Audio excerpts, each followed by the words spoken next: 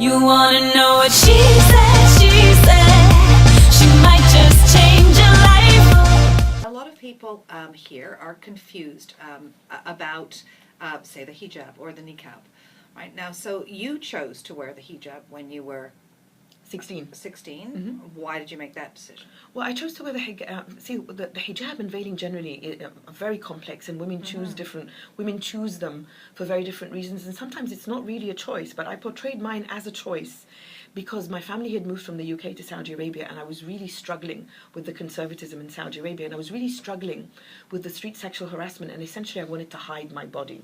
So I say I chose to wear the hijab at 16. I took it off 9 years later, but I also say it took me 8 years to take it off. So what I realized and what I learned and what I'm sharing in my book is that it's much easier to choose to wear the hijab than to choose to take it off. And that's one of the things that as a Muslim woman I talk about to complicate the issue of the veil in general, because I think that the way Muslim women are portrayed is often overly simplistic, and it's often just about a very specific type of veiling.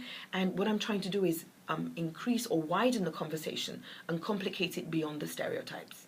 So why do you think most women do they choose, or you said it's a choice that's forced on them? Well, and that's one thing that I want to explore in the book, and one thing that I explore in conversations with women, because I think in my country of birth, for example, Egypt, in 30 or 40 years ago, hardly any of my female relatives were veiled in any form, and now the majority of them are. So when you look at the fact that, say, 90% of women in Egypt are veiled, I'm not sure what kind of choice can come up in this kind of environment, just because of the social pressure, because some women don't want to stick out for whatever reason.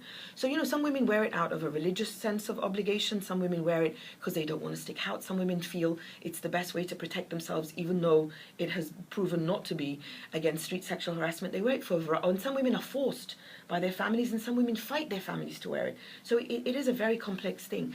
But what I want to examine is that pendulum that has swung towards the conservative end, that has resulted in the majority of women veiling. I see it now beginning to swing in the opposite direction. In the past 2 years alone in Egypt, I know at least 10 women who've removed their headscarf, and they've directly connected it to the revolution's role in their life and their ability to think about agency and choice. Click the channel subscribe button for full-length interviews and more from What She Said here on YouTube.